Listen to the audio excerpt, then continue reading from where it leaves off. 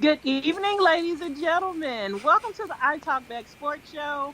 My name is Kay, and I'm joined by the Jamal Bonner. Say hi to the people. Hi to the people! I'd like to give a shout out to one of my favorite Cowboys, number 88, Michael Irving. Our prayers are with you. Not our thought and prayers, but our prayers. And we hope for a speedy recovery and a most comfortable trip along your journey. Indeed. Michael, we are wishing for the best for you, and we look forward to seeing you back in the broadcast or at least in the analyst booth and keeping us informed and entertained as only the great Michael Irvin can. Whoop, whoop. So, Kay, under normal circumstances, I'd want to talk to you about the tournament, but um,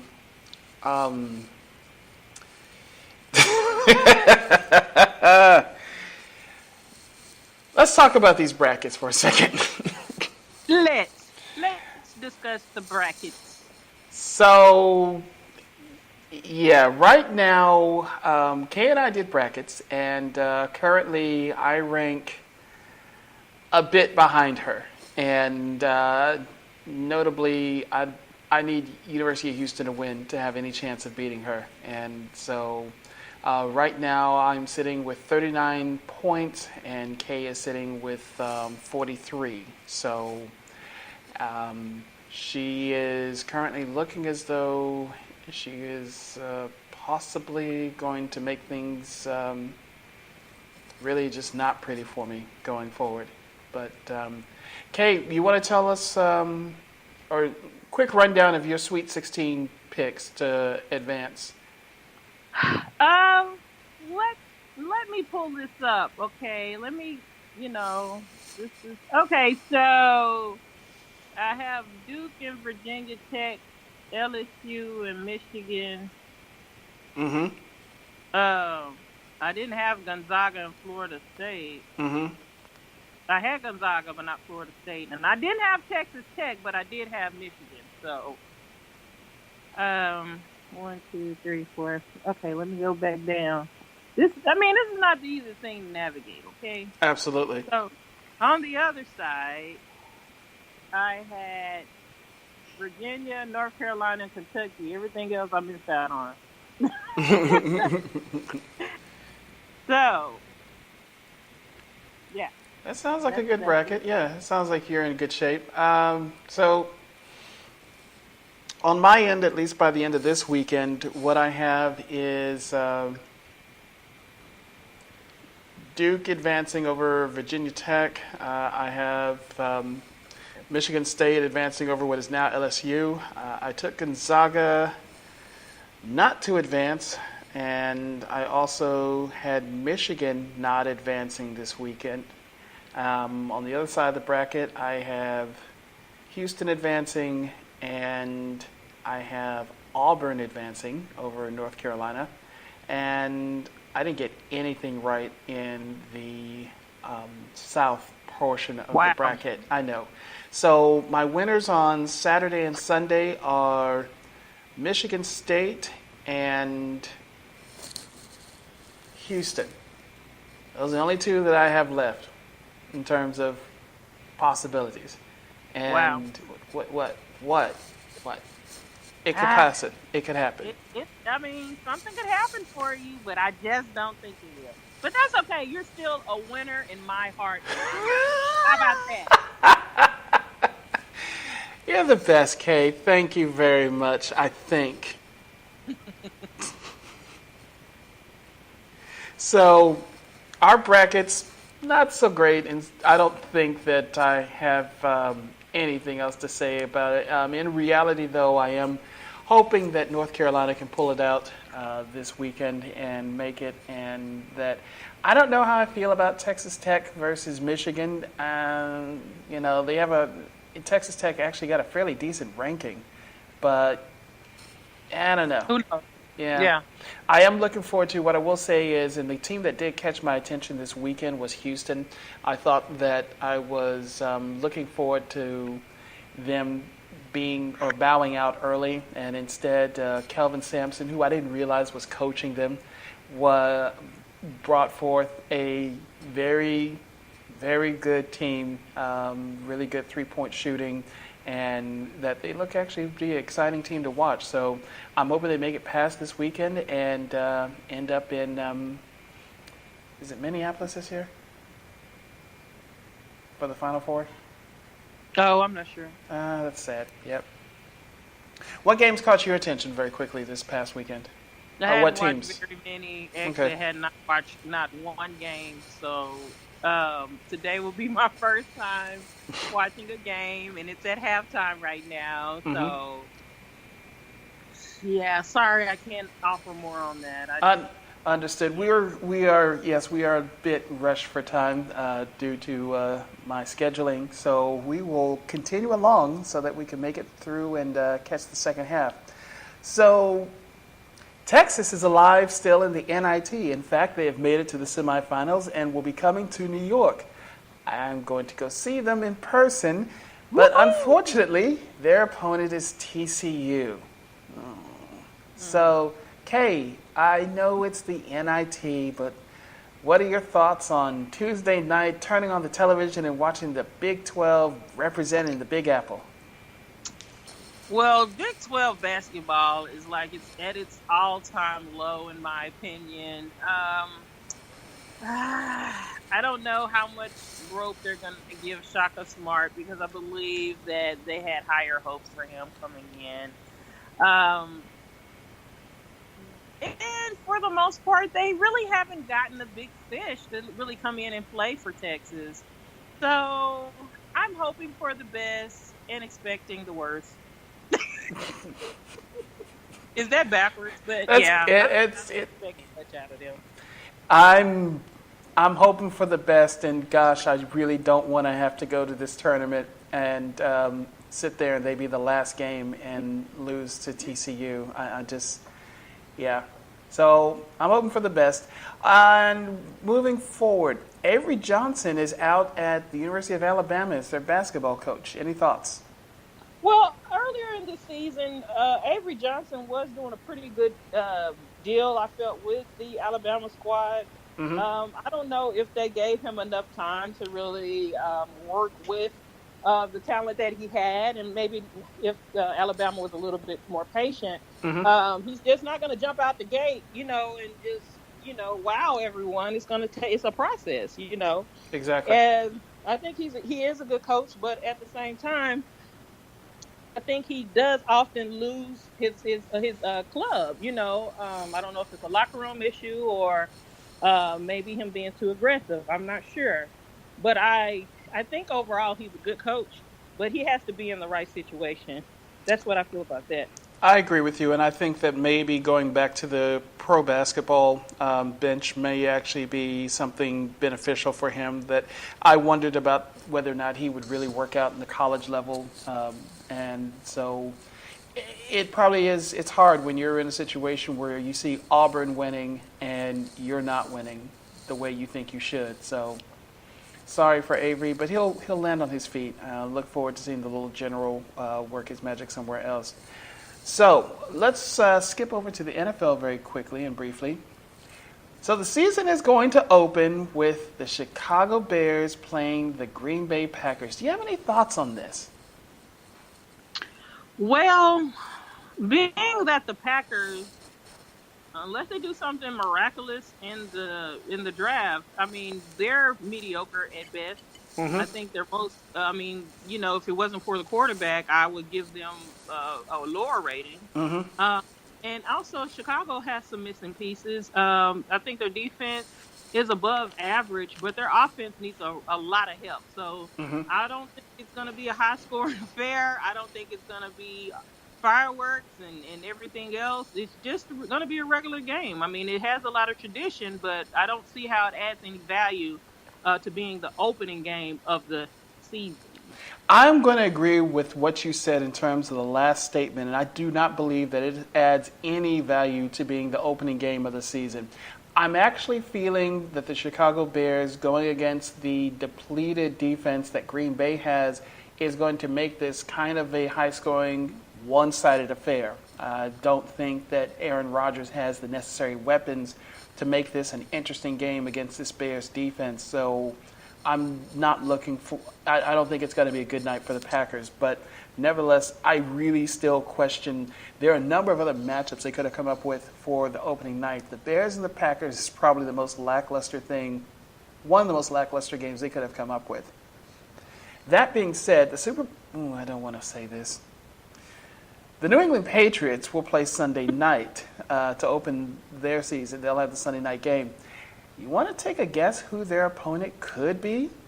Dallas Cowboys. Yeah. We have the potential to be the opening night or their opening night opponent. We do play a game in Foxborough at some point this year. There is a possibility we could get that slot. So we'll see what happens. Gronk retired and Jordy retired. Thoughts? I think we're not the last that we see of Gronk, not in maybe a football capacity, but he is a very likable, lively person. Mm-hmm. So I think we'll see him in commercials and maybe movies. We'll definitely see him around. The decline of Jordy Nelson over the last 2 years was somewhat of a head scratcher. You know, is it that his injury maybe kind of led to that decline, or maybe that the clubs weren't using him to his fullest capacity? Who knows? But for whatever reason, he decided to retire, and happy trails. Yeah, unfortunately, I'm going to miss Jordy. No, I'm not really going to miss Jordy Nelson burning us for first downs miraculously. And I do wish him the best, and I hope that he's not actually done. I think he's really a great football player and that he would be very interesting to continue to watch play. Gronk, I think he should have retired last year. Good for him to finally realize that he needed to take care of his body, that he can have a life after football, especially if he can walk. So all the abuse that he takes, yeah, that needs to go out the door. So let's move to some really relevant information here. Today, our beloved Cowboys traded a valuable and beloved 6th-round pick in 2020 for some defensive end named Robert Quinn from Miami. Mr. Quinn would replace Randy Gregory, not D. Lawrence. What's your take on this? Well, I'm excited just looking at his film. I can't actually say that I watched the Miami game last year, but just looking at the film Not a one. from those games, Mm-hmm. you know, he seems like a pretty excitable player. He looks pretty explosive coming off the edge, Mm-hmm. and I'm really excited to see what he can offer us for only a 6th-round pick. I'm excited, Jamal. I'm anxious to see what happens. We've signed him to a 1-year deal, and I believe with bonuses, it's up to an $11 million $11 million for him this year. I believe Miami actually picked up some of the tab on this as well. So it will be really fun to see what you can do with somebody who is experienced and a quote-unquote war daddy, as our illustrious owner likes to call those players. So that then takes me over to DeMarcus Lawrence. To sign or not to sign? What do you think the Cowboys should do? Well, I've been on the not to sign because I feel that if you really want to pay, and you know what your price is, you know, I know what my price is. If I was to leave my job and go to the next job, it would have to be that certain amount. But I'm not going to keep going up on that amount and testing my, you know, my worth. You know, I still have the concern with him how he disappears in games. You know, I'm like, did he go out there and play today? I shouldn't be saying that about a $20 million player. Right. Okay. Right. So, but I mean, he's definitely worth. I think he's worth the 20, but he shouldn't go above that. I mean, it's really getting out of hand. And then also on the other side, sometimes when these negotiations go on, I mean, it's that player's money. So I wish we wouldn't know so much about what goes on with that, you know, because Right. it does taint our feelings towards the player and possibly the organization. Absolutely, I agree. I really wish we did not know anything about these negotiations. That being said, what I honestly would love to see is for him to be traded to another team, pick up maybe a couple of draft picks and a player, ideally a defensive tackle, and let's get rid of the salary drama before the draft so that this isn't playing on through the summer and into training camp. It's not, I think D-Law is a great defensive tackle, and I believe that he would do very well in our defensive scheme, but elsewhere as well. And I think that instead of sitting here and going back and forth through the media and so forth, that the Cowboys would do better to have a quiet or somewhat quiet off season after this draft. So trade him and just make sure it's in the AFC. Very quickly, would Ty Montgomery make a good pickup for the Cowboys as a backup running back? I don't really think that he does anything any different than what we already have. So I'm going to go ahead and say no. Okay. I'm still on the fence in terms of him, and unfortunately, since he was injured, no sooner had he started to play for the Ravens that I don't have anything. But so, play ball. Baseball season started today.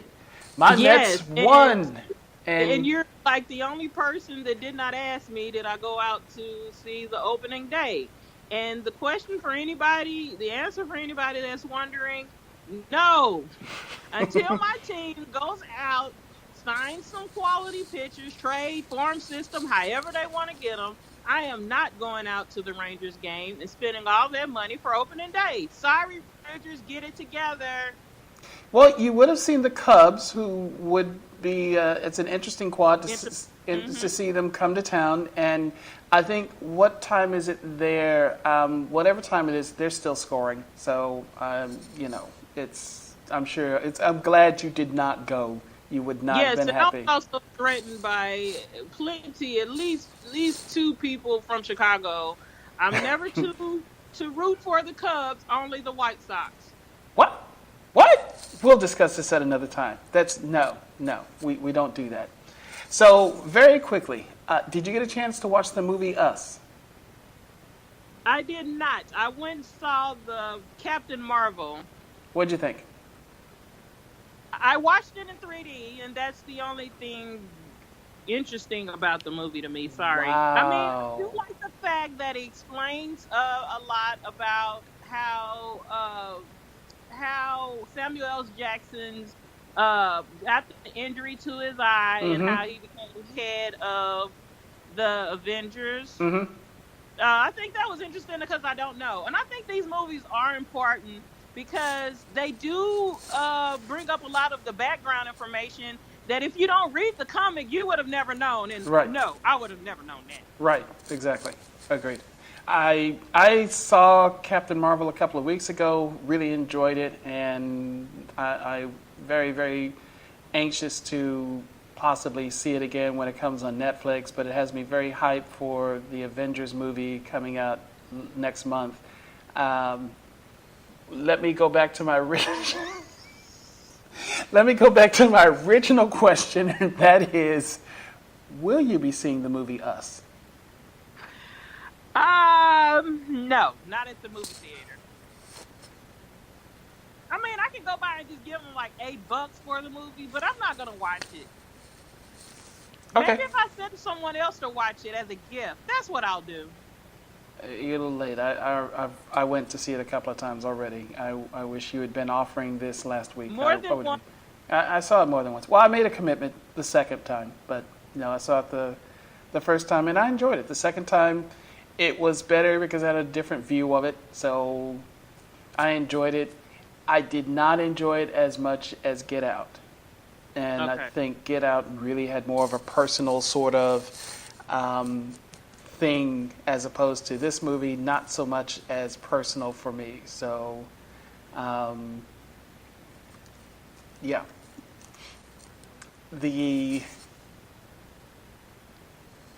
Otherwise, do you have a real reason to go to the cinema for? Not for anything. No, Yeah, not for a while. yeah. There's some movie, I think, is it Little, with Issa Rae and Regina Hall, and I love Issa Rae. Yeah, that'll be a good reason to yeah, I go. think I'll go see that. Yeah. I And think that'll tide me over until the series comes back. speaking of which, I was just about to get there. Game of Thrones premieres in 17 days. Woohoo! Woo! Yes. If I get one more person who starts talking to me about winter, I'm going to hurt them. It's still cold here. Don't start with me with winter returns in X number of days. Change it up. Just say that the series premieres. I don't want to hear anything about winter. Okay. That's right. Sorry to cut this short, ladies and gentlemen, but it's game time for us. So, Kay, I appreciate your time and thank you very much for stopping in. Catch us on Spotify and iTunes. Absolutely, and on YouTube. So with that, we'll be back next week. We'll have a slightly longer show, I believe. We'll be back at our regular time on Wednesday. Until then, peace out. Let's go watch the game.